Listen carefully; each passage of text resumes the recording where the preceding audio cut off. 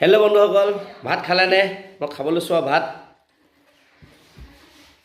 এফালে বনাইছে মাছ দেই, আলু বিলাহী দি মেলি বনাইছে, একদম লোকেল নিজে ধৰি অনা মাছ। কৃষ্ণ, বৰ ধুনীয়া বনাইছে দেই, পূৰা গৰম হৈ আছে। বৰালি মাছ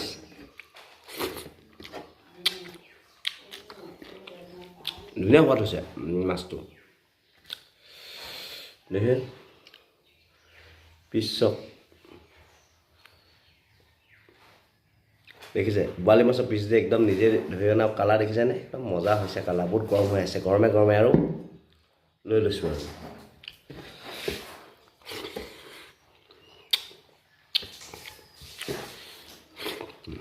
বিৰাট সোৱাদ হৈছে, তাৰমানে বুজাব নোৱাৰি আৰু ইমান সোৱাদ।